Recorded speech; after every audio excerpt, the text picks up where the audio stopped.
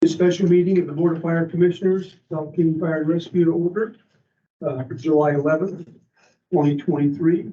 All commissioners are present. I'd like to ask Commissioner Fuller to lead us in the pledge. Hi, buddy. And indivisible, with liberty and justice for all.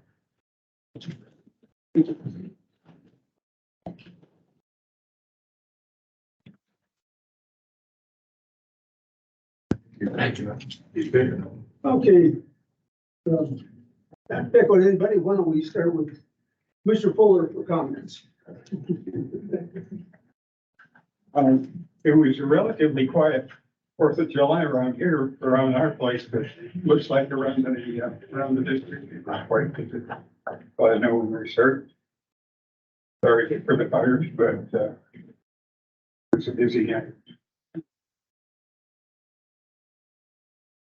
Well, I've done so privately, but I'd like to publicly thank Captain Mike Lawson and his crews for responding to my house 2 Wednesdays ago when I had a health incident, I'll call it, and was ultimately transported to the ER in St. Francis. They were patient, supportive, expert, and I really appreciated their assistance.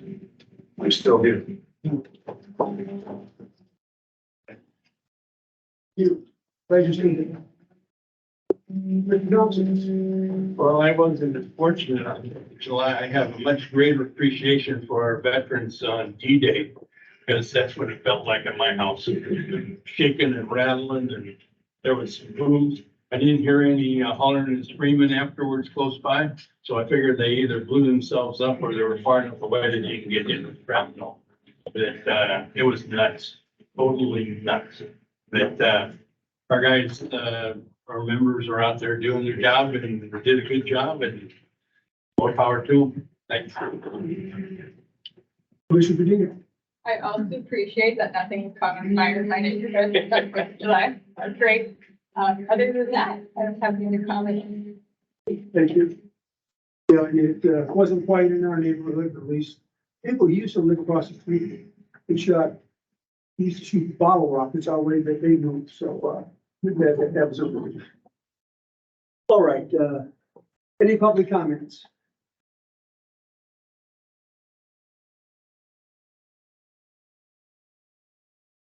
Okay, hearing none, agenda item 5, strategic bridge plan progress reports.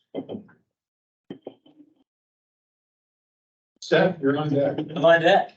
Thank you, everyone. Thank you, commissioners. My name is Seth Rosenblum. I've been working with the chief and the district here to help implement the strategic plan that was adopted back in February.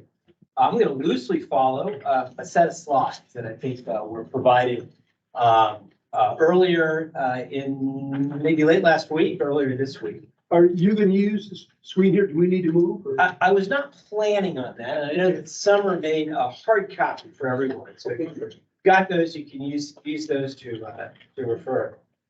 Maybe I'll just kind of open and say that, as you know, I know this body adopted the strategic plan back in February. In March, the district, led by the chief, kicked off the implementation. The strategic plan lasts for 2 years. It's got work in 2 very important piles. First, really identifying the funding mechanism that's going to fund the district from 2025 and beyond. And the second, in really transforming the organization so that it can best serve the community and its employees. Implementation began in March by 20 objectives and an owner, someone accountable for implementing each one of those objectives. It's been established by the chief and work's really begun underway to kick many of those off. And so today is the first update. I think we'll be doing these quarterly through the duration of the plan to give you an update of the work that's in progress and complete. You may recall from developing the plan, I'm looking at slide 4, those of you who have the deck. We had organized work groups to develop strategic objectives in 4 areas: funding, accountability, leadership, and internal communications. All of the objectives that were adopted in the plan have moved into implementation. When it came time to do the work, it was easier to organize them by still funding. It made sense to combine the objectives focused on accountability and leadership into a work group. It made sense to inaugurate a work group that's focused on planning. We had a lot of things in the strategic plan about creating a planning function, creating a project management capability, for example.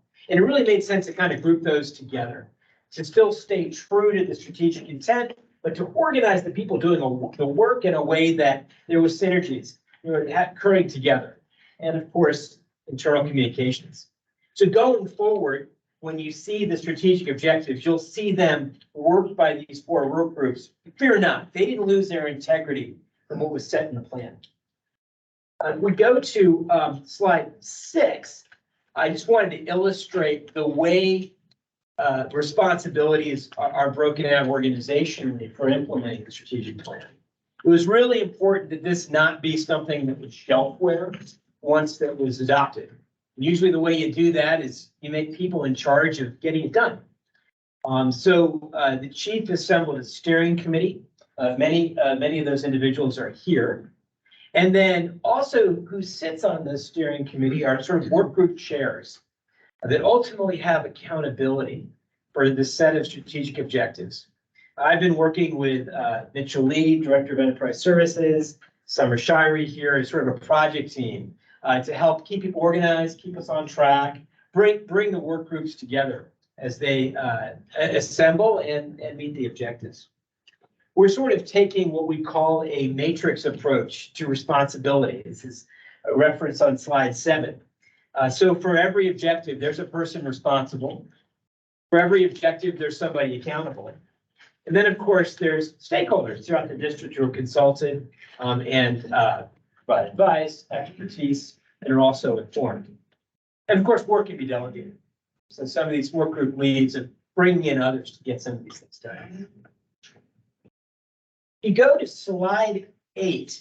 This kind of shows the areas of work, who's accountable, and then for each of the 20 objectives, the responsible civilian staff member or officer that's spearheading the implementation of that objective. And again, the language here at the objective level is right in the plan. I didn't list all of the detail scope for each of these defined in the plan. We've been managing the work at this level. Slide 9 is very similar to slide 8. Here it actually shows the status of the work underway. Where you see a target time frame, that was the time frame established in the plan itself that was adopted. Where you see the forecast, it's when the completion of that objective is anticipated. It's shaded in orange. If there's been a date change, it's pushed it out. And we'll talk about some of the timing and some of the sequence of the work. Where you see the status for each of these objectives, in work means it's begun. There are some things that haven't launched yet, and that's kind of by design. Some of these things have dependencies. You kind of need to get first things done first before you sequence the second. And we're, I think, pleased to say that there are certain objectives that have already been met by the time of this meeting. So there's been some progress. Well, there's progress away all across, but there's been some objectives that have been done. The way I'm going to then proceed is I'm going to kind of dive into each one of these work areas. We can discuss with more substance the objectives in flight, what's coming in the next 90 days, what's being completed, what's anticipated. That'd be helpful. I'm going to move first to funding, which is on slide 10. So the general critical path here. Excuse me, Seth, slide what? Number 10. Yeah. Is there anything in there that we should have a good understanding in the previous pages that as we move through the details? We skipped quite a few pages, right? Just want to make sure we've got what we need to understand. I believe you do. I will certainly field any questions. I guess I don't see any risks in terms of the way things are organized, but are there questions? Let me ask Bill's question another way. On page 9, it shows all the objectives. Are any of these objectives substantively changed from the strategic plan that we adopted? No, not one. I think that was Bill's question. Are we really familiar with these, having adopted them, or was there any change that we should go through to understand? Hold on a second. Not in substance. There's been no substantive change. I'd certainly flag that, if there was in accomplishing the work of them. There's nothing. Not so far.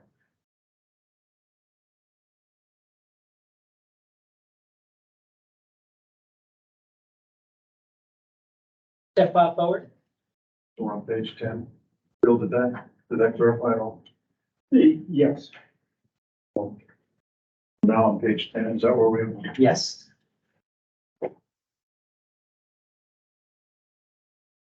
The funding work has a kind of linear path to it. The first is to assess, determine, and recommend a funding mechanism for the district that would go to the voters in 2024 and provide ample funding on into the future. And that work is underway now. It was slated for completion in Q2. It is not completed yet. The cause for the delay is not that there is inherent obstacle in doing that work, but with lid lifts that are going on the ballot, I believe, next month, it simply pushed out some of the timing. There's also a lot of data cleanup to do. Assessing and analyzing and looking seriously at a service benefit charge requires looking at a lot of county data that needs a lot of scrubbing. And so I know that the team has been needing to do that before they can really pencil out.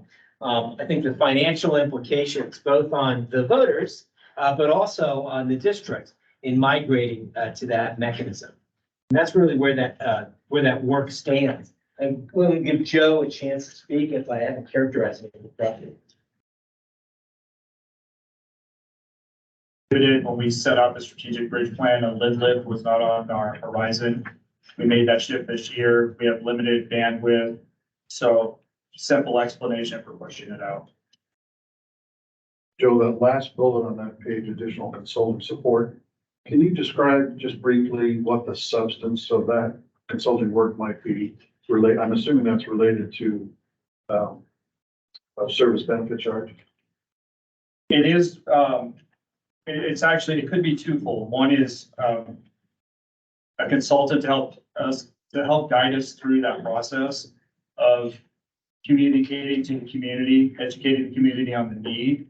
The other part of that equation is actually getting somebody on board to help us with the benefit charge calculations, with the behind the scenes work that has to go on to support changing your funding mechanism in that way. So it could be two different consulting groups. It could be one, we haven't vetted that out yet, but we've identified that we may need some outside assistance. The latter consulting effort you were talking, that you just mentioned, would that be to structure the service benefit charge? I'm not as familiar with it as probably some of my colleagues are. Yeah, not to get into the weeds, Commissioner, but as you understand, it's a significant change in our revenue. And to support having that mechanism, there's billing, there's the formula, there's billing, there's a process for citizens to dispute the calculation, et cetera, et cetera. So it's all of the logistics behind the scenes to support that mechanism. And the first consulting effort would be aimed towards a ballot measure that has to be approved by the voters. That would require a supermajority initially. Yes, when this district attempted the benefit charge some years ago, we did hire a consulting group to guide us through it and actually help us educate the public. We just had significant opposition during that period and it faltered. One last question, and I know you don't want to get into the weeds. Sure. I know this is so important to the district. Would that effort, would you contemplate that effort would actually allow anybody who potentially would have a service charge, residential or commercial, to be able to know what that charge would be. Yes, part Would of the that, database allow that to occur? absolutely. And part of that process, the team has on their objective to develop a tool to post on a website so that citizens could actually understand what the implications of the benefit charge would be for that. The measure itself before it's voted. Yep. Thank you. I know that, looking out ahead, and I'll summarize this later, but I know looking out ahead, that work will be wrapping up shortly, the assessment piece of it.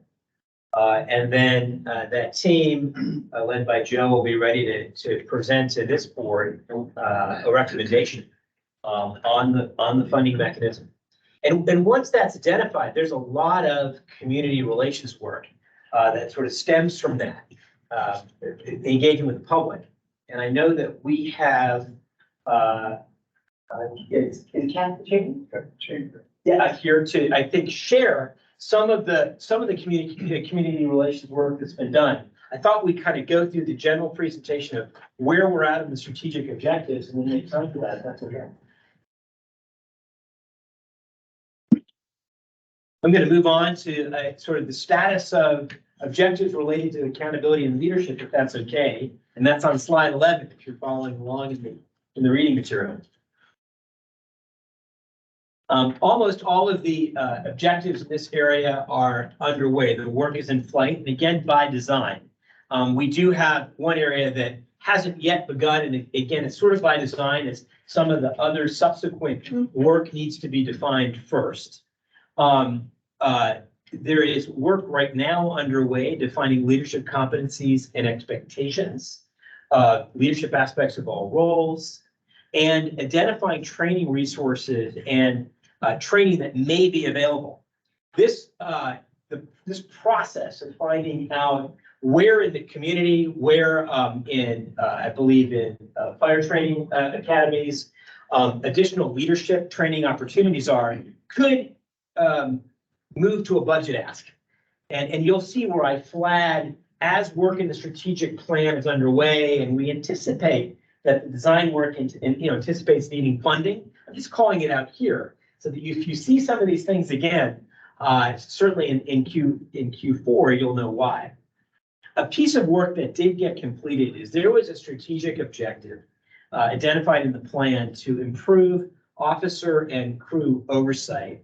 Captain Chris Anderson did some work analyzing that, talking to crews, talking to battalion chiefs, and proposed some recommended changes, some of which just got adopted, I believe in like the last 10 days. I don't know if Chief von Volkenberg is here to speak to them. He might be on. Open the call. He's excused. Yeah, no, he's not online. Yes, he's excused from that, but I can speak to it very briefly. I know that he has implemented some of the communication changes. I made that in my commissioner report in terms of the cadence of how he meets with his battalion chiefs.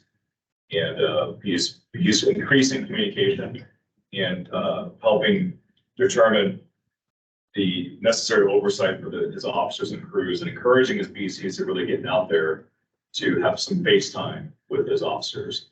So, this is kind of off topic, but I'm doing an accident investigation and one of the officers stated if there was more oversight from our officers and or battalion chiefs, like we used to have, this accident may have been prevented.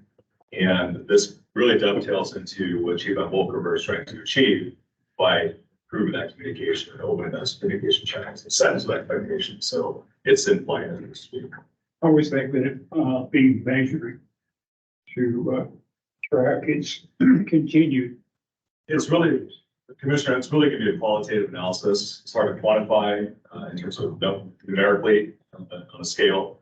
But what I would say is overall sentiment analysis in the future with all things related to the strategic bridge plan. Our hope is to get another organizational health assessment out so that we can remeasure where we're at in terms of our progress. So that's the short answer to that.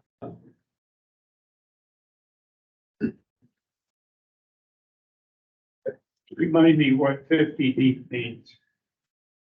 It has to do with the response model that we have within the zone. For mutual aid purposes.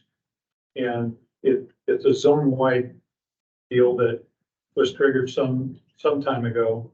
But essentially, worst case scenario is if we have a large scale event, what's the 50th deep unit that could potentially be identified on a call?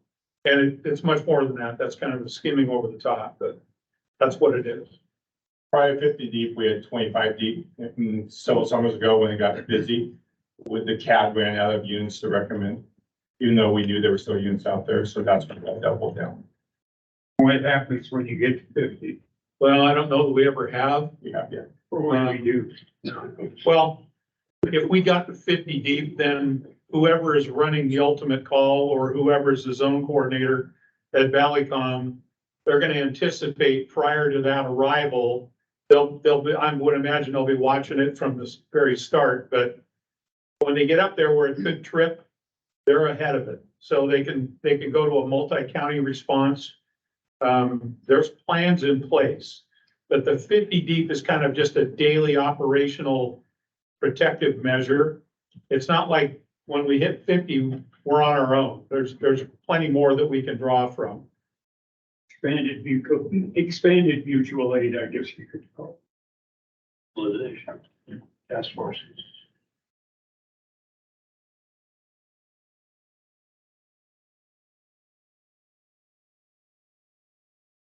A large body of work is to implement a district-wide evaluation process of all personnel. It's on track. It's on track to begin sort of the deployment, kicking off that process at the end of this year. I believe it's going to be implemented, I think, based on the hire date. So it'll be rolling. So the idea is that by the end of the strategic plan, anybody who's in the district, as of the end of this year, would have gone through a cycle. And Nikki Ball's been leading that effort. She's developed evaluation criteria, I believe, for all firefighters, and I believe that that's gone to the E-Board for their review and input. She's finalizing that criteria for civilian staff. It's in progress and underway. And she's also, once the design is done, is looking at what will be sort of training model. Managers are going to have to be trained, right, in conducting this evaluation. So Local E-Board. When you refer to E-Board, that's the local. Yes. Yeah. The executive board. and so you'll obviously hear more about this as this begins to be rolled out. Probably the next time we meet again to discuss the status of this, but that work is coming. And again, I'm just going to kind of highlight, where sort of the big objectives are being met and landed. We talked about probably some budget requests that may come through as that training matrix is seen. Question on slide 11, I guess item 8. Battalion chiefs rounding schedule will be done July 1st. What is that? Chief Volkenberg is not here. I'll give a stab at it. Didn't you want to take it? Yeah, that was a proposed date of which Chief Van Volkenberg was going to change his scheduling to meet more frequently with this battalion chief. So it is my understanding that that has been done. But again, Chief Van Volkenberg is not here to speak to that, so I don't know the intricacies, but I understand that it's underway. Is that like making the rounds? Yeah, The word rounding is making. yes. Rounding up or down?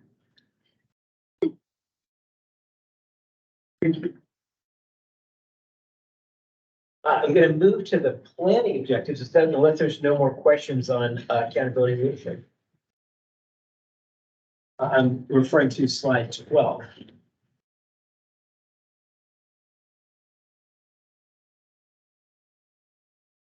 A lot of work underway in this area. And I've got Chief Clausen right behind me who can speak to some of the details. One of the big pieces is there's a strategic objective to define and formalize really a planning function.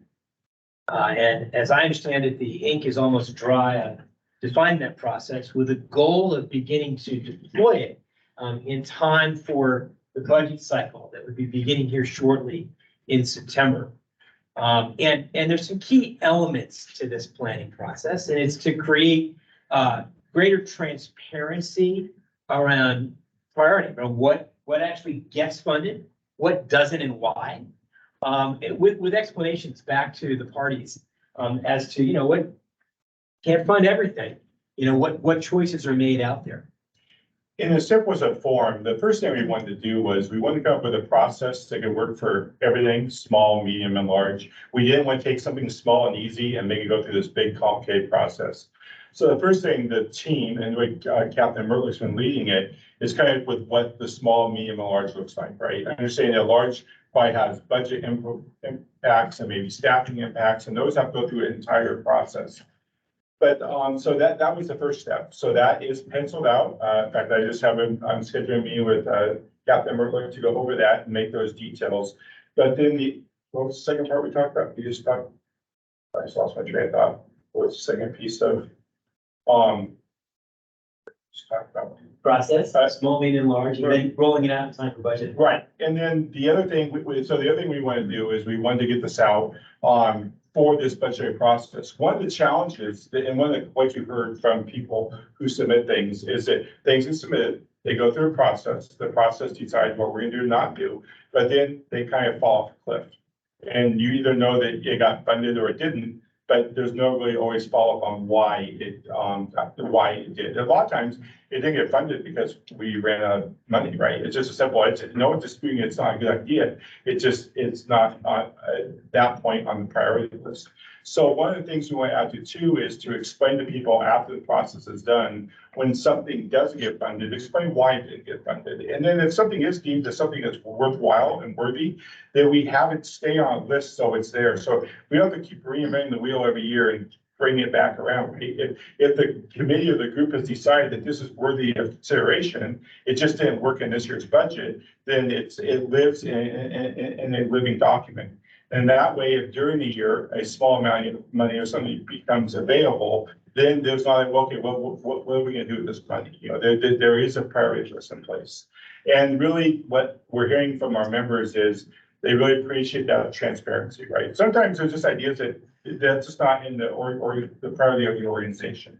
But sometimes, no, that's a great thing. It's just the money just didn't work. So that's really what that project comes out.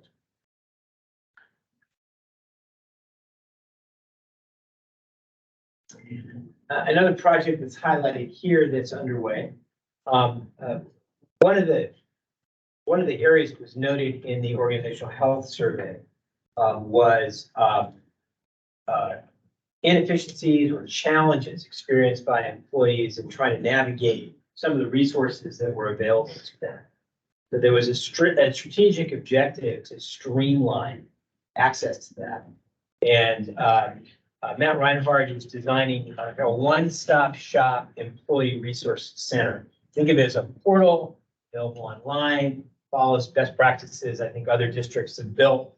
And I believe that the design work for that is close to in place, looking at maybe some resource needs to go ahead and implement that.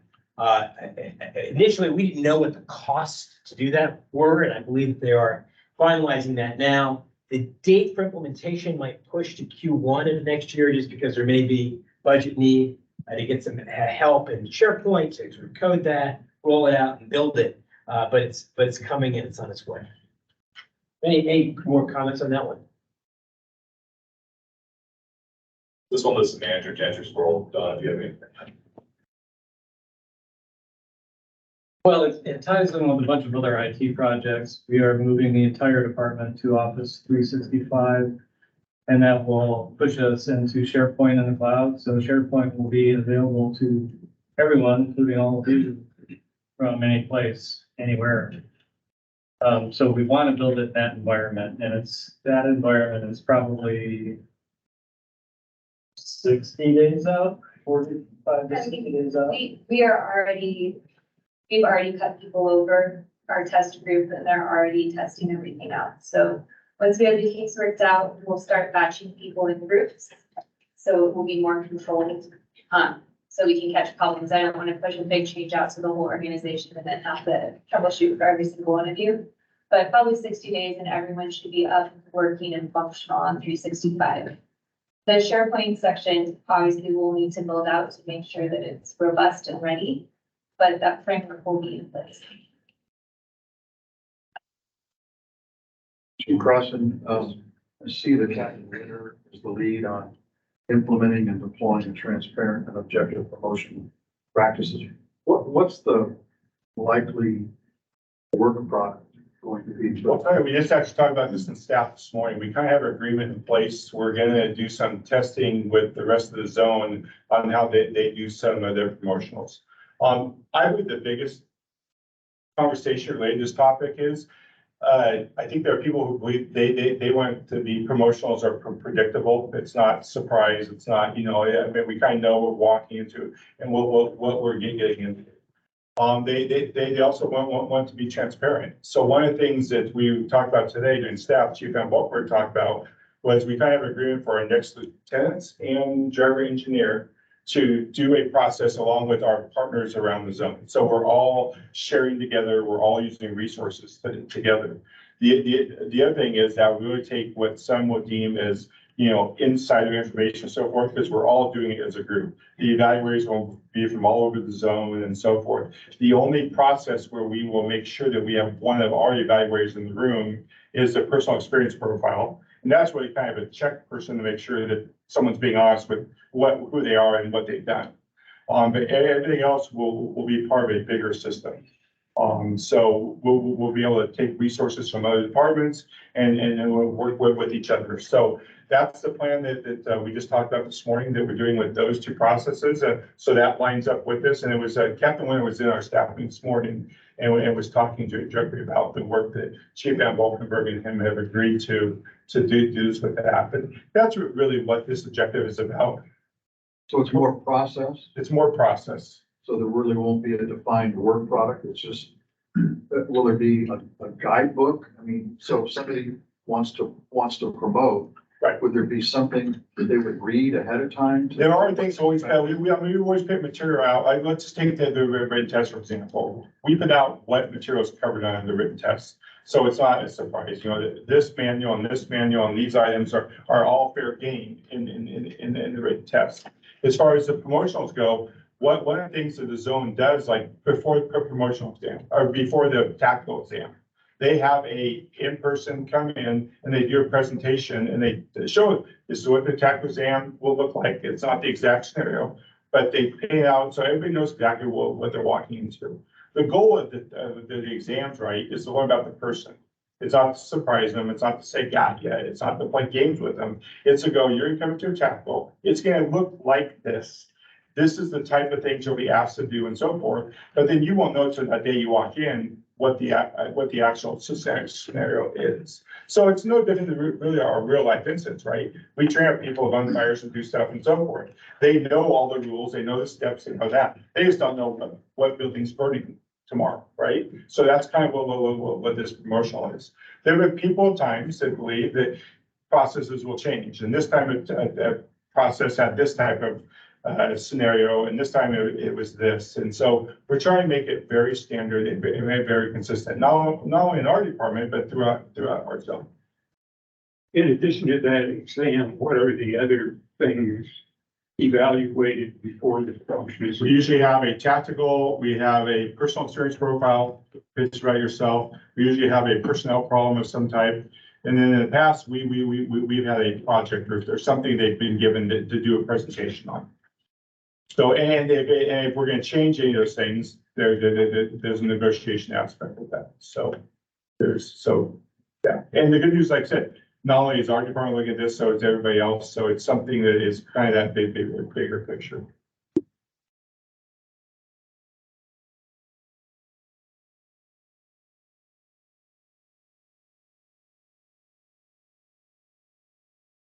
Flagging, finally in this area of planning, there will probably be some budget requests for planning capabilities. And then also, as I mentioned earlier, on the build, this one-stop shop SharePoint, this employee resource center to get that. Last area of work, internal communications. Work underway to standardize, streamline, really key critical messages.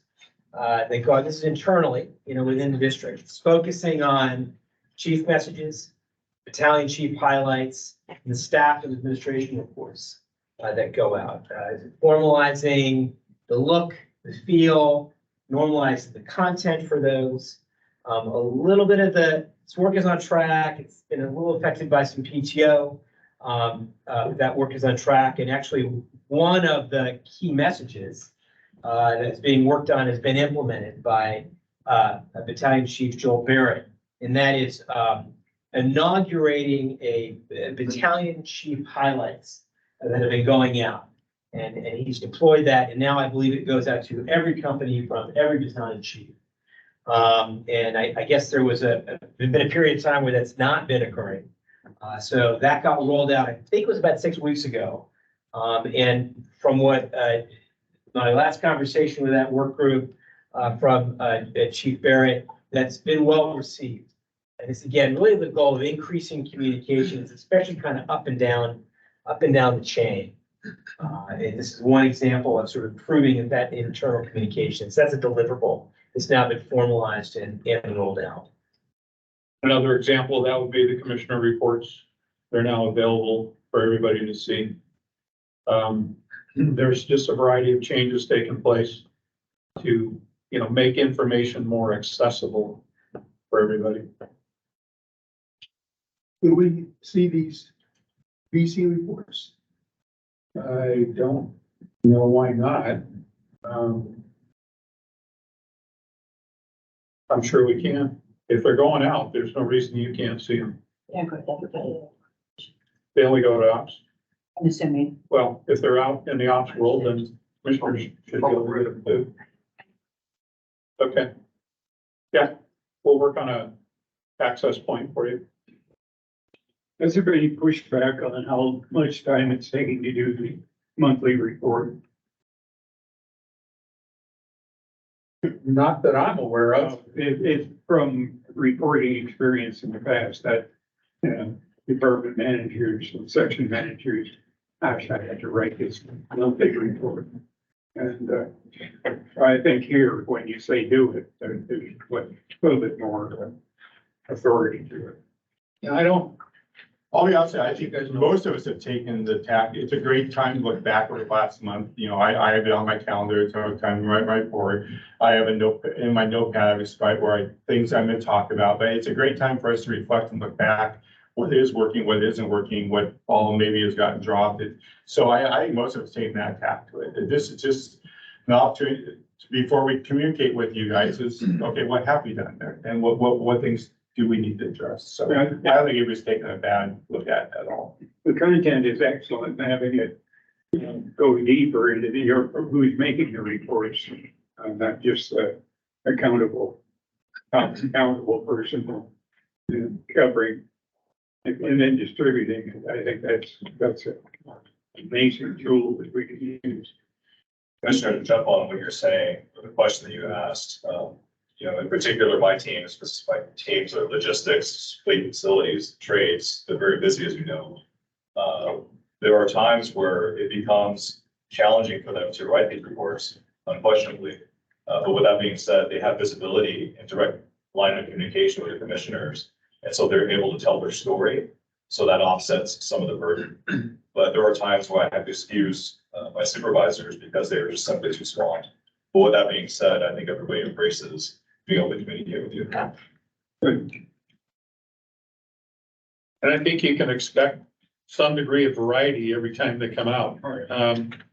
In so much as it may not have the same people reporting, but that's okay. Just as Mitch said, there's a kind of a time balance there too, to be factored into that, but I think the content is, I haven't heard anything from you, otherwise we would shift, but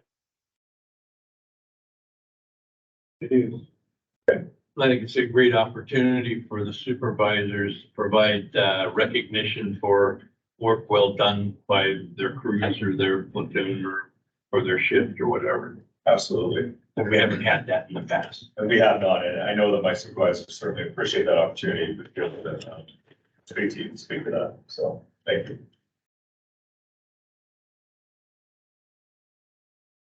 You know, in the area of internal communications, that work group's not alerted me to any pending budget requests to complete out the objectives underway.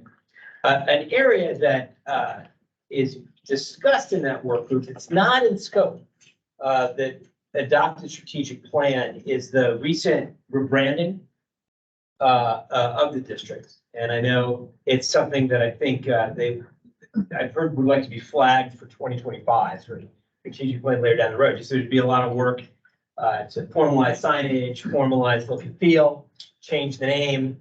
There's real work to roll that out. Not in scope, but it's on the radar. Final slide, kind of what's ahead, what's coming up next 90 days. It's the intent, I know, to communicate out of progress on the strategic plan, probably provide a dashboard of progress similar to what's shown here, to do that this month. Work continues at the work group level and across individuals, which is being tracked. I'd say marquee efforts that will be wrapping up here shortly will be a recommendation on a funding mechanism to go to the voters in 2024, which will be brought before this group. That will also require some decisions just around some staffing support, especially in community affairs. Once you've decided that you're going to say, if you formalize the service benefit charge, that you're going to put the gas down on that community affairs effort. It's going to create more work. So there'll be people power needed to do that. There will be budget requests, as I flagged here earlier, by some of the objectives that I'm sure this group will be hearing about. And then the steering committee meets every 2 months. This is just sort of ongoing care and feeding of implementing the strategic plan that occurs in August and October. And then we'll come back to this group with sort of an updated report. And if this format is effective for you, I'll continue to use it or take any guidance on what would be a more effective way to track progress overall.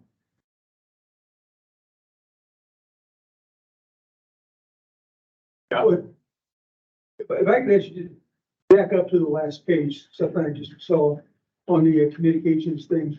The last bullet point, what is the district rebranding? We changed our name. We dropped and rescue, and it's not just that. We're with Ken and Mitch driving it. We're beginning to remark rates in a different way. For example, the new heavy rescue will be here. It's a different color than we've had in the past. So it's signage on the buildings. We're going with a much nicer look sign than what we have currently. It's kind of all inclusive. Ultimately, it'll come down to a patch change. You name it. If it says South King Fire, it's going to be looked at and potentially changed. Does that include the logo? Yeah, Letterhead, logo. yeah, all of it. Did the council approve our name change? Haven't heard yet. It's in their system for approval, but it's the county, so. You're a good buddy with Pete Barney, ask him what it is.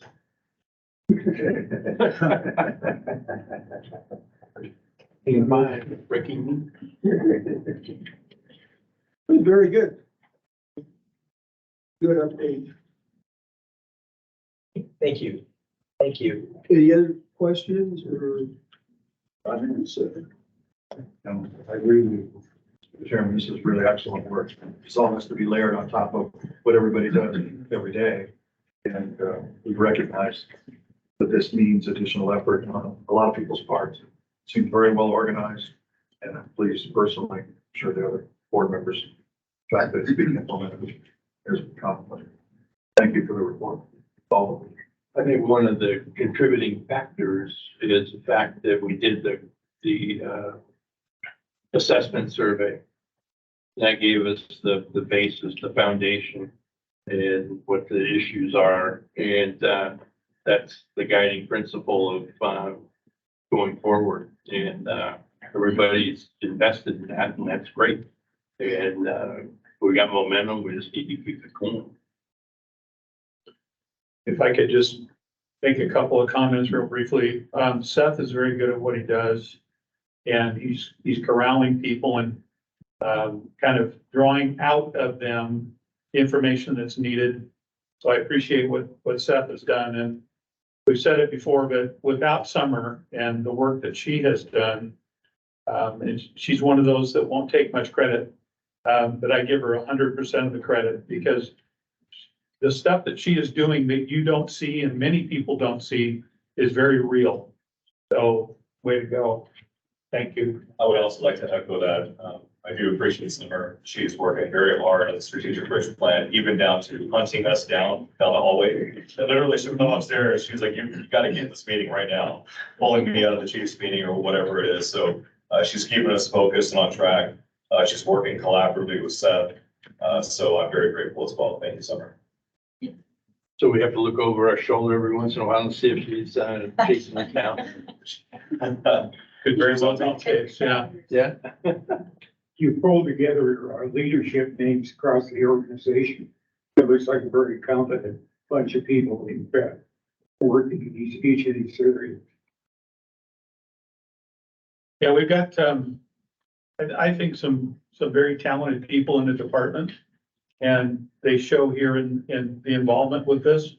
I'd like to thank the local and the e-board for their participation in this. It's important to have them involved in it. So as it just so happens, President's here, so thank you. And away we go.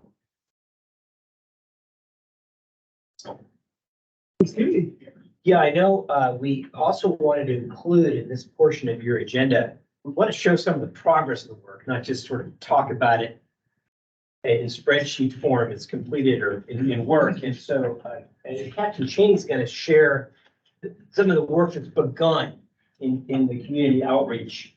And of course, it's a slow roll, and it's really important because by next year, you know, the community is going to have a ballot initiative. So if I could turn the floor over. We need to look We're gonna at, try to present it back here. we need to look at the screen. Yeah. I think kind of Gene's gonna try to present it back there, so we'll see if we can turn lights off. Yeah. Yeah. Yeah, we're gonna have to move on. We'll see it. It's working? Yeah.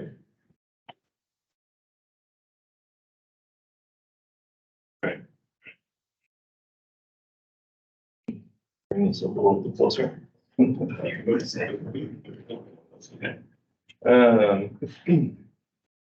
Okay, so this is going to be a little different. You're obviously our commissioners. You understand the fire district pretty well, but this is a presentation that we have drafted and put together to give to our community members.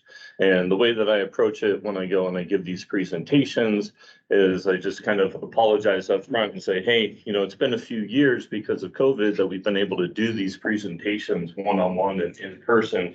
And so really, I want to give you a high level view of your fire district, who we are, what we do on a regular basis, and of course, the people that work for us.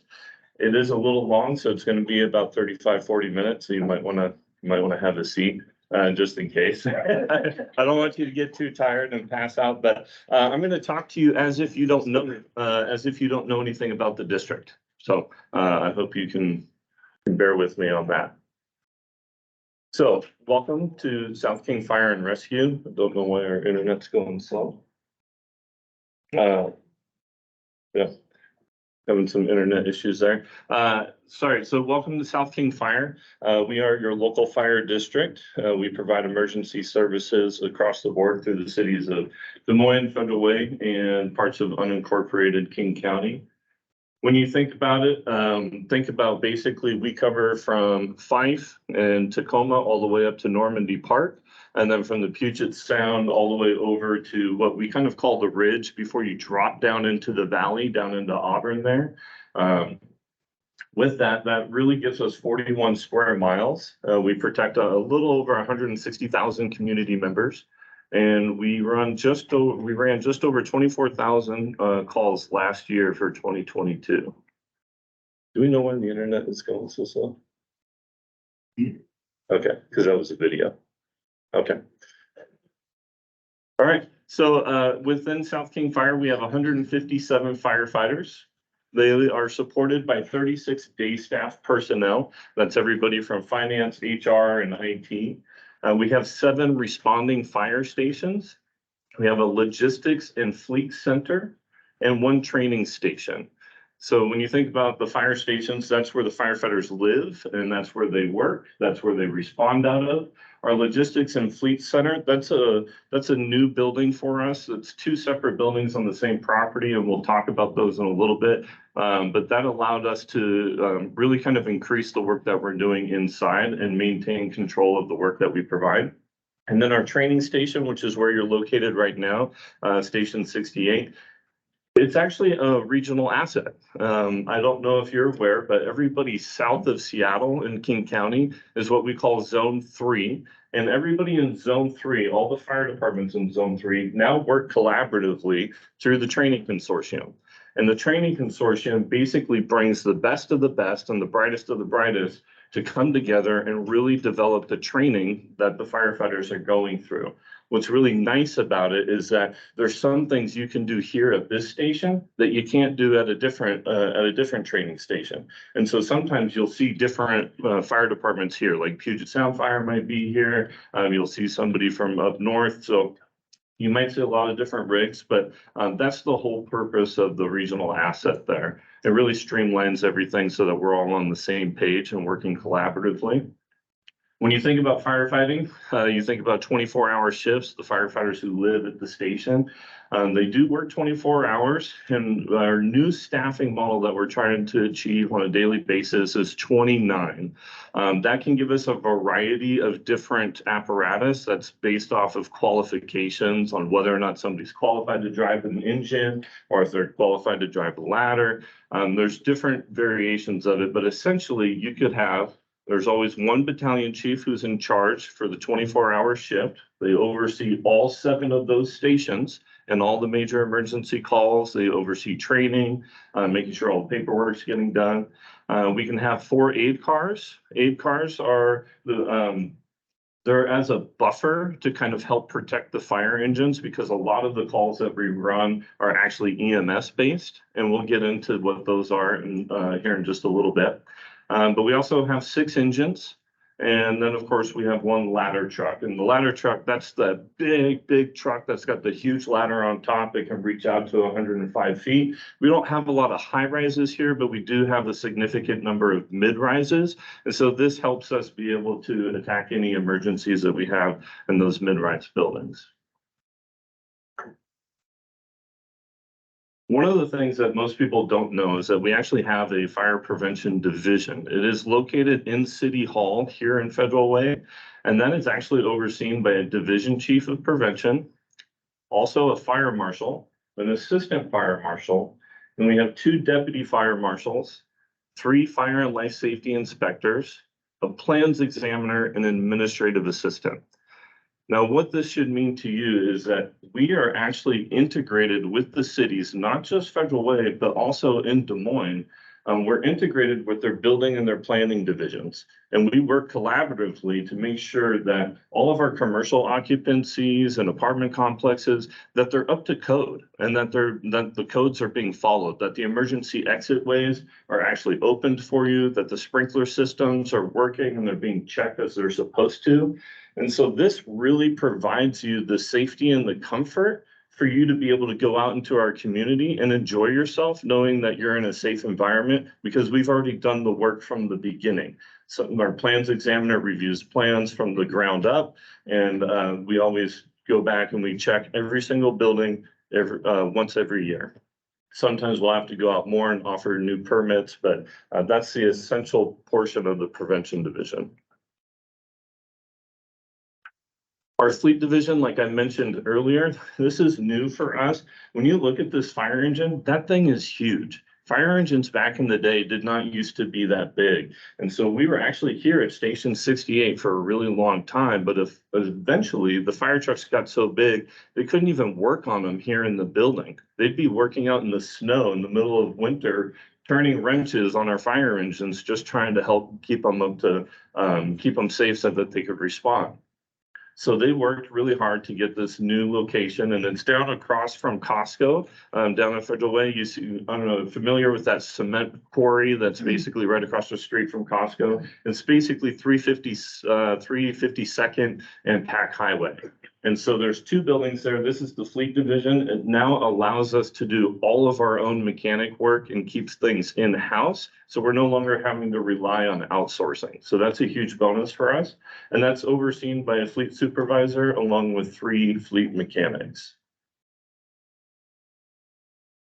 Our logistics division is another portion of that same property. When you think about logistics, that's everything that makes this fire department run. We essentially have 200 people here, and it's running emergency services 24/7, 365. So there's a lot of things that need to be on the constant move to make sure that everything is stocked and ready to go.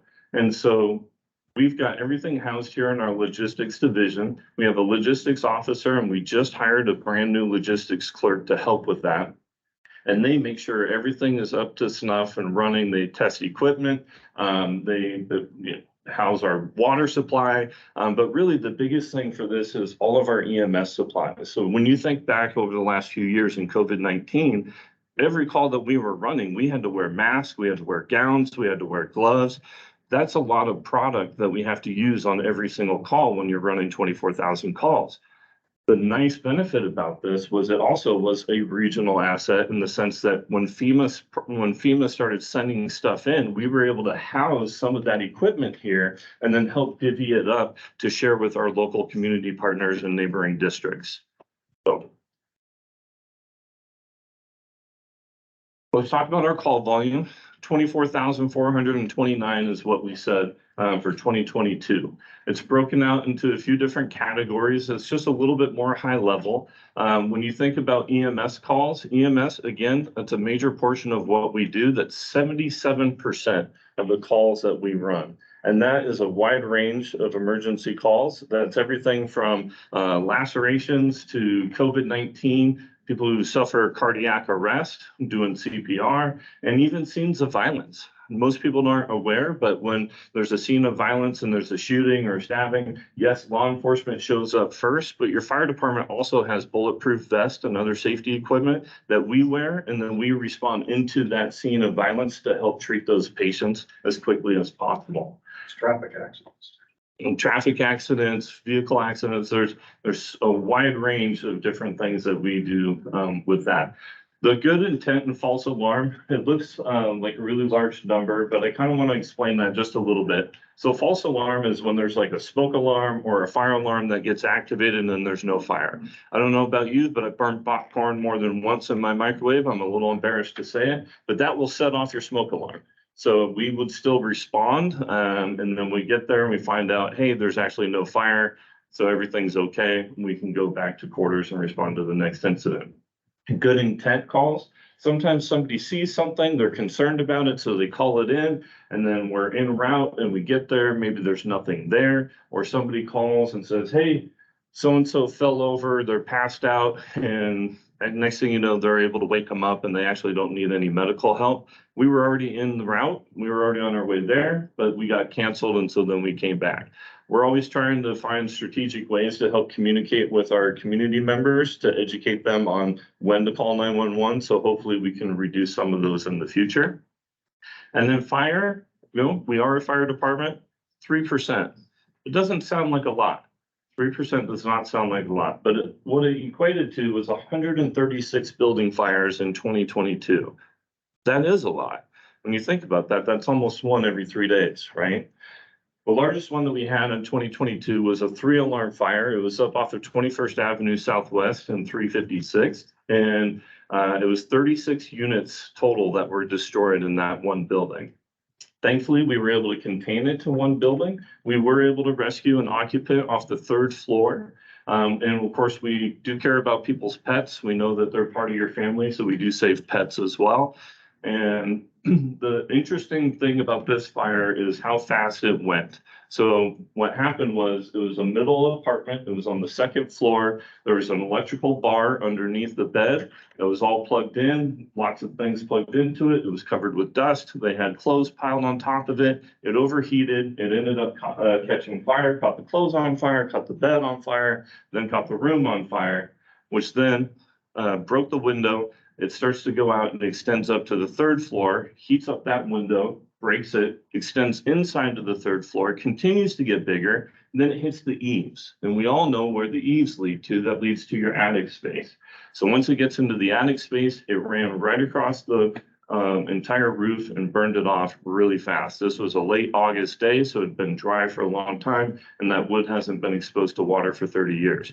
So it's super dry, goes really, really quick, but thankfully nobody was injured and we were able to save it to just that one building.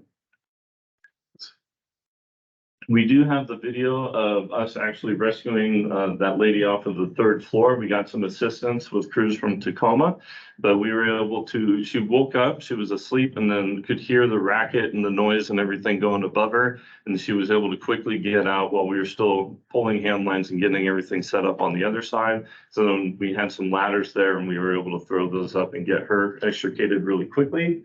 And then of course on the left, everybody cares about dogs. That was a dog that was stuck in the fire. We were able to get it out. It was covered in some soot, so we washed it off with a little bit of water, and we're even hooking up one of our oxygen masks that we have for pets. So yes, we actually do have oxygen masks for pets, and we can do CPR on a dog if needed. When you think about firefighting, most people just think firefighting, and they're not even aware that we do EMS. There's a whole other conglomerate of different teams that we have that are really highly specialized individuals. And I want to highlight some of those teams here for you. This is our technical rescue team. These individuals are really highly trained in confined space, structural collapse, rope rescue, trench rescue, and swift water rescue. So when you think about confined space, there's a lot of construction around. There's a lot of tunnels that are underground, places where people might need to do a little bit of work, but it's not designed for you to be actually occupying it. Things happen.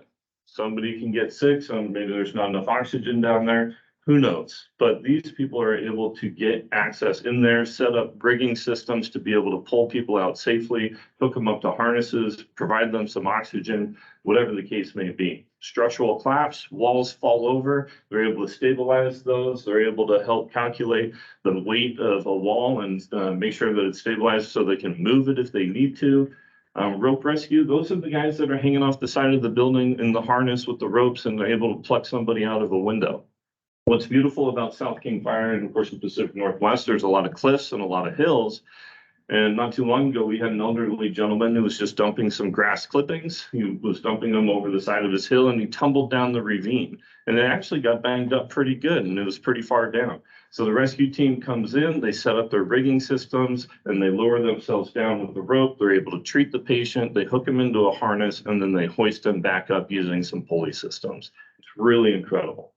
The trench rescue portion of that, that's what you see here in this picture. This is actually a trench rescue from last year in Renton. And what you see here is you see the excavator in the background. They were doing construction, had this huge trench that they had dug. They had safety equipment in there, but they pulled it out. And then the person went back down inside to go hook up the gas line. And of course, when he went back down to hook up the gas line, the walls collapsed and ultimately killed him. Okay, we still have a responsibility to take care of that individual. This is also a family-run business. So the family is there worried about their loved one that they just lost. Their hearts are breaking, so of course we have to do something. So the rescue team, what they do is they leave the excavator there. We don't want to turn it back on, make the problem worse, right? And shakes the ground. And then they start to bridge these trenches, as you can see with the ladders and the wood that they're using. And then they have these big, huge planks of wood that they lower down on the sides. And as they lower those down, they lower struts, those big metal pieces that you see that go straight across there. Those are hydraulic struts. And so then they pump those up and they extend them out to push the wood up against the walls of the trench so that it doesn't collapse on them. And I can't remember how many I counted. I think in this picture alone, there was 12 different struts that were being used in order to stabilize those walls so that we could then lower people in 19 feet deep to get to the dirt to uncover the patient. As they uncover the patient, this truck that you see on the right-hand side that's got that big hose, it's called a vac truck. They dig the dirt off of the patient and the vacuum truck sucks the dirt up and out of the way so it doesn't come back onto the patient or trap our firefighters. And then eventually they're able to get enough dirt away that they bring in their ladder truck. They put the ladder truck basically in the same spot. They have the aerial going all the way over it, and they set up a rigging system to lower somebody inside, grab the patient, put them in a harness, and then hoist them back up so that the family can have a proper goodbye. That individual right there as well, Mr. Driver Engineer McKinney, he's kind of considered the godfather of trench. He helped create this whole type of rescue system for that. So very proud to have him with our department. We have a Marine team. We talked about the area that we covered, which is part of the Puget Sound. We have 12 miles of coastline, and we can help protect from Tacoma all the way up to Seattle. We partnered with the state and said, hey, we believe this is a regional asset for you. We protect your shipping ways. We protect your precious waterways. We need some help so that we can have sufficient equipment to help provide that protection. And they granted us $750,000 to help purchase a new Marine vessel. This is Fireboat Zenith. It went into service last year, and it's already been really active, as you can see here. These individuals are highly trained in navigation, search and rescue, vessel assist, fire suppression, and operating in really close quarters. So when you think about like in a marina or up against a rock jetty, they're able to maneuver really efficiently there to provide emergency services for whatever is needed. The picture that you see here is from not too long ago. It's the ship fire that happened in Tacoma. Everybody remembers that. Toxic smoke, it was bothering everybody.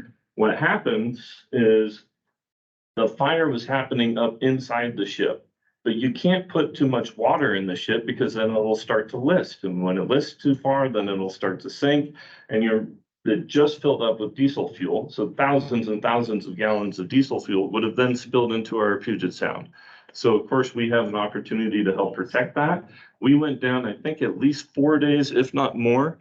We went down to help provide services. And what we're doing here is we're spraying water on the side of the vessel. The vessel has a lot of welds on there, and we want to make sure that those welds are staying cold so that they don't overheat and pop. If they overheat and pop and crack, that's when water starts to come in and ultimately it'll sink the ship. So the goal is to let the fire inside burn out, keep it cool on the outside, and then once the fire is burnt out, they can actually rebuild the vessel from the inside out. Pretty fascinating. This is our hazardous materials team. I was a hazmat technician for a while. I really enjoyed it. These are the individuals that put on the full encapsulating suit. They have their SCBA underneath as well. And they will walk through a toxic cloud of smoke to go turn off a valve or stop a leak for you. They're really good at biological and chemical radiation response. They've got high capabilities in air monitoring. That's, if something crashes on I-5 and it's giving off a toxic gas, we can monitor the air and see where the perimeters are, or if we need to evacuate downstream. They're really good at plugging and patching, so that's if we have some sort of a leak. Technical and mass decon. Technical decon is if you got some product on you as an individual, they have the ability to help remove that and treat you as an individual patient. But then mass decon is if we were all exposed to something, they have the ability to set up huge tents and run a couple hundred people through there and get you decontaminated in a really quick fashion. They also have advanced decon of virus and bacteria. talk about COVID-19 again. One of the things that we did really, really well was we helped the law enforcement agencies. We set up a decontamination trailer at our hazardous materials station. And we also had some special equipment with an atomizer that when a law enforcement officer picked somebody up and was exposed to COVID-19, they could go drop them off where they needed to at the holding cell. And then they would be able to come to our station. They could take a shower, they can get decontaminated themselves. And then while they were doing that, our hazardous materials team would decontaminate their vehicle for them so that they would be ready to go back to work. A new thing for us is we're developing a drone program with infrared capabilities. I don't know how much you know about chemicals, but some of them do not react nicely to each other. They can get really, really violent, okay? And we are also the first hazardous materials team to respond down into the valley where the train stations are.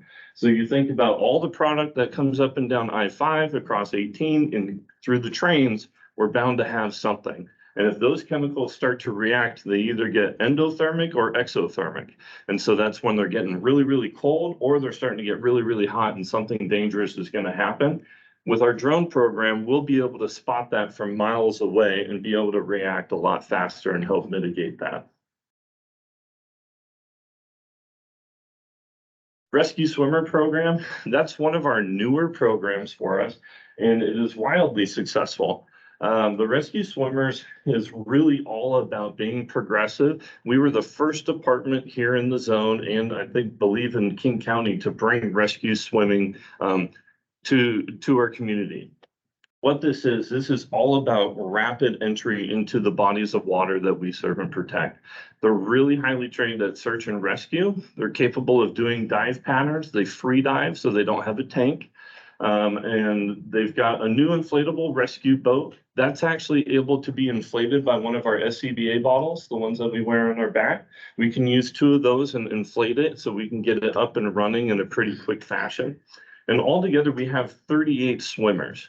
38 swimmers are dispersed throughout the entire district. And the reason for that is they're on different shifts in different stations, because when they respond to a drowning or a water emergency, the likelihood of you having a rescue swimmer on that first vehicle that shows up is really high. And so there's actually an amazing story. There was unfortunately a 19-year-old girl who had reached the end of her ropes. She didn't think she had any other options, and she drove her vehicle into the Puget Sound. It was really tragic, but the first apparatus that showed up actually had a rescue swimmer on there. And the rescue swimmer was dressed up, ready to go, and starts swimming out there. What happens with the vehicle is the vehicle splashes into the water and it starts to float away from the shore. Starts to fill up with water inside the engine space, and as it does, it starts to tilt nose down and then continues to go underwater and drift away even further. The rescue swimmer gets all the way out to the boat, or all the way out to the vehicle, and is able to see the headlights under the water. As he's swimming out, another rescue swimmer showed up on the next vehicle, and that rescue swimmer starts swimming out there. So the first one finds the vehicle, swims down, and is able to identify that he has one patient in the driver's seat. Comes back up, second rescue swimmer meets him. They have a quick talk face to face, says, "Hey, I've got one, driver's side, okay, window." They got to go down, break the window, cut the seat belt, yard the patient out, and then swim her back to shore. They swim her all the way back to shore, where they're met with more firefighters, King County Medic 1, which is a separate system, and of course, law enforcement's helping keep control of the scene. We continue to, we start CPR, hand her off to King County Medic 1, and we send a couple firefighters with to continue the CPR efforts and transport the patient to Harborview, where ultimately she was resuscitated. It took a while, but about a year later, she actually came back to this station to come say thank you. And we awarded those 2 firefighters the Medal of Valor. It's one of the best awards that you can get. This is a slide about community affairs. I don't like putting a slide of myself in there. I think it's a little goofy, but I want you to know that we do care about our community and we are engaged in a lot of different fashions. Our number one responsibility is to respond to your emergency, for sure. But we also need to be integrated in our community and understand some of the needs that are there. And so we do that by community affairs. This is bridging the gap between the fire department, emergency services, and our community. We do lots of different school events, as you can see in the upper left there. We'll read to students, we'll participate in school fairs. We always take Pete, the fire engine. Pete is, he's a retired fire engine. He served the community about 27 years, and it stands for Public Education Training Engine. And it's kid-friendly, and it's designed so one of the fire engines out of service to respond to your emergency. So it's a good use of one of our resources. Every year we go up to Harborview Burn Unit. We provide presents for the patients and the doctors and the nurses that work there. And of course, you got to take Santa with you. So that's always a big hit. During COVID, we found out, hey, nobody's coming to us right now. So where are they at? Everybody was back at home. So we decided, let's go to where they are. So we created the Santa Parades. We partnered with both cities, so it's a Santa Parade and a canned food drive. We drive through the neighborhoods, we take pictures, and we collect a bunch of canned food, and then we split it between the city of Des Moines and the city of Federal Way for their food shelters. The one in the middle on the bottom, that's part of our smoke alarm program. Right now, we're working on new partnerships to get more smoke alarms. But essentially what happened with that is there was a 2-alarm fire at Camelot Square where 3 mobile homes burnt down. And we decided to go back and say, hey, let's see if everybody else has working smoke alarms. So we go back and we canvass the entire neighborhood, and we ended up installing 172 smoke alarms just through that one event. So that was wildly successful. And then the one in the lower right, that's just a garden camp. Kids are learning about gardening, and so of course we got to support that. Let's talk about our calls. We talked about in 2022, we ran a total of 24,429 calls. We actually ran a report for over the last 10 years from 2012 to 2022. And in 2012, we ran just about almost 16,000 calls. And then now in 2022, we're running 24,000 calls. That's an increase of 50% in a 10-year period. That is astronomical. Our firefighter staffing increase during that same 10-year period was 2. 50% increase in call volume, and we've only added, at that time, 2 more firefighters for our daily resourcing. It's not sustainable. When we think about economic development, we know the plans that the city of Des Moines has. We know the plans that the city of Federal Way has. They have it laid out and mapped out for us. We can see exactly where they're going to be building and where they're going to increase the amount of calls that we're going to go to. So your fire department really takes that seriously. We're doing really deep dives into all of this. We're trying to figure out exactly what does this mean for us in the future? Can we continue to operate this way? We don't think we can. We're looking at different financing options. So we've actually created a whole new strategic bridge plan to help get us through the next couple of years to really identify, one, what's our strengths? What are some of our areas of opportunities? But then most importantly, how are we going to be funding ourselves so that we can continue to grow with the plans that are already in place for economic development? So right now, part of our strategic plan is funding, looking at that. We are going for a lid lift here on the August primary. But there's another option that we might be looking at too, which is a service benefit charge. But we just haven't made that determination yet. But we just want you to know that we're actually doing, a deep dive into that to make sure that we're going to be able to meet your needs. Accountability. Well, let's talk about accountability, leadership, and internal communications. All of those together. Firefighting is more like a profession. It's a 30-year career. It's not just a job. People come and spend 25, 30, 35 years, if not more, fighting fires for the same fire department.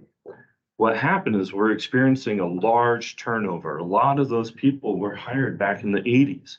And so now they're retired.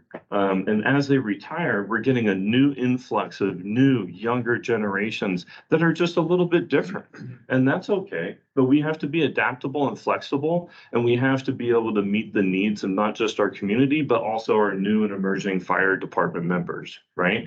So we're reevaluating, what does accountability look like nowadays? What does it look like for them? What does leadership look like for them? They need different leadership than what we needed 5 years ago or 10 years ago. So we're always evaluating those things. And then internal communications, we know that technology is just exploding everywhere. And so are we keeping up to date on all of those new and emerging opportunities for communicating with our members and making sure that the fire department is stable and we can continue to operate no matter what happens? So this is just, I just wanted to give you this as like the final heads up of this is where we are and this is what we're doing. And soon we're going to be making a decision on what kind of funding mechanism we're going to go into. We'll be back out here to give more presentations and talk about that a little further in depth. So that concludes my presentation, but I'm happy to answer any questions that you have about the district.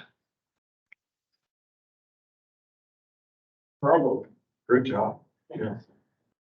Just a There's no- suggestion that you update this, Yes. since we do, 78% of our calls are EMS. And traffic accidents, vehicle accidents are such a significant part. I would suggest having more information, a graphic on that. I know we use the jaws of life, et cetera. So break out the EMS calls a little bit more. And since it's, you did a really good job on the fire part, but since we do so much of our activity on non-fire related, it might be worth beefing that up with more examples related to, I don't think you even mentioned in your vehicle accidents, for example. I know that's a pretty significant part of EMS, is it not? Yep. Particularly because of the freeway we have. Yeah, very good point. I would suggest when you next update, you might have to on that. Will do. Otherwise, it's great. We also need a picture of the egg drop at Green Gables. I should close it out with them chanting, drop with the eggs. Yeah, that would be good. Scrambled egg. Wow. Okay. Thing is, a large number of people probably do not understand what the acronym EMS stands for.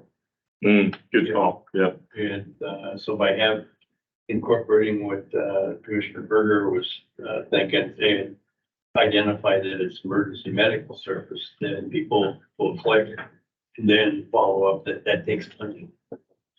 Yeah. Did you Good call. mention that our firefighters are EMTs along with Eliza with Mr. Thompson? Did you actually say that they're EMTs? Yeah, I don't know if I actually said that verbatim. People should know that they have Yeah. expertise, not just in fighting fires, they Yeah. have high level of expertise. So when I build out that EMS slide, we'll, yep. We deliver babies.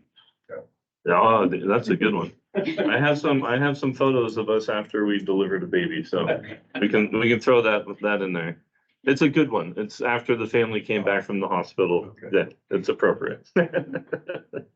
Perfect. I really do appreciate, the whole point of this was to get your feedback. So if you think of anything else afterwards, please feel free just to email me directly and we will make those changes. Because this presentation really is for you, for our community. So thank you. I don't know how important it is to the citizens, but there's no mention of how we're governed. There's no, one question that always comes up, or people think that we're part of the city, like a city fire department. Got it. So there's no mention that we're an independent district. governmental entity That's a good point. kind of thing. Good Okay. point. Doesn't need to be a lot, just, but at the beginning, talk Yep. about how we're governed. And what the structure is. We're not a department of the city, we're a separate independent district with elected commissioners. Got it. Perfect. When I'm talking to people, I ask, do you know how the school board is run? Oh, yeah. I said, we're run the same way. We've got a board, et cetera, et cetera. So, we do the same things pretty much at the school district does, the school directors do. Just a lot better. Just do it better. Just that. Perfect. Governance, how it operates, EMS slide. Copy that. Brad, I appreciate how you're thinking beyond the outside the box. When we were he was at the egg drop over at Green Gables. I work over there as a paraeducator in the special eds. And he comes up and says, what about a program where the fire department learn how to handle autistic and kids in a fire situation. Why don't we go the other way and educate the autistic other things to give them an understanding of what the fire department does and what they can expect. That is just a brilliant idea, and I'm going to work with him and the head teacher for the special needs group at their Green Gables. We're going to try to come up with some ideas, and who knows where it'll go. Thank you, Frank. Thank you, sir.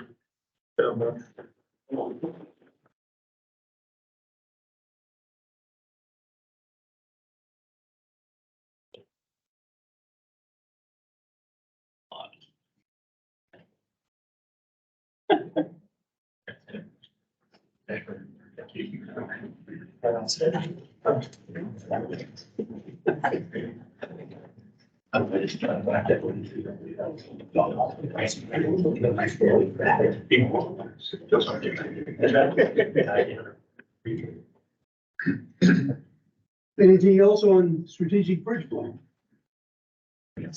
Good, super.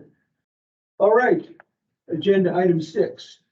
The board is going to adjourn into executive session for RCW 42.30.140 4B relative to collective bargaining. Joining the board in executive session will be Chief McCafton, the negotiating team that is present at this meeting, Executive Secretary Lori Perry, and President Baston. We anticipate the executive session lasting for 30 minutes. Action may or may not be taken after the executive session. At this time, we will recess for 5 minutes to get everyone transferred into executive session. At the end of the executive session, we will take a 2-minute recess to get everyone transferred back over to the regular meeting. All right.